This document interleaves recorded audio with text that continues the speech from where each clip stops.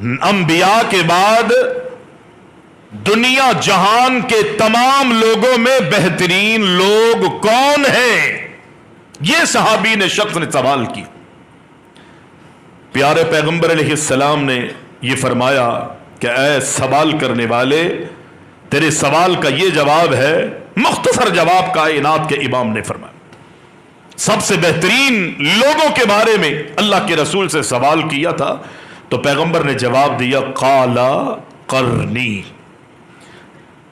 دنیا جہان کے تمام لوگوں میں بہترین وہ لوگ ہیں کہ جن لوگوں نے ایمان کی حالت میں مجھ محمد علیہ السلام کا زمانہ پایا ہے. مجھ محمد علیہ السلام کا زمانہ پایا. اور پھر پیارے پیغمبر علیہ السلام فرماتے ہیں ثم الذین یلونہم،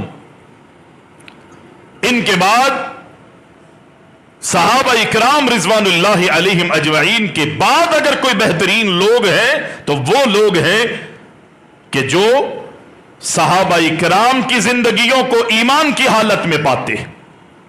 ثم الذین یلونہم، یعنی اللہ کے رسول صلی اللہ علیہ وسلم نے یہ فرمایا، اس بات کو واضح کیا کہ دنیا میں سب سے بہترین لوگ اگر کوئی ہیں تو وہ ہیں کہ جن کو ایمان کی حالت میں اللہ اکبر میری صحبت نصیب ہو گئی، میری زیارت نصیب ہو گئی، جن کو میرا دیدار نصیب ہو گیا.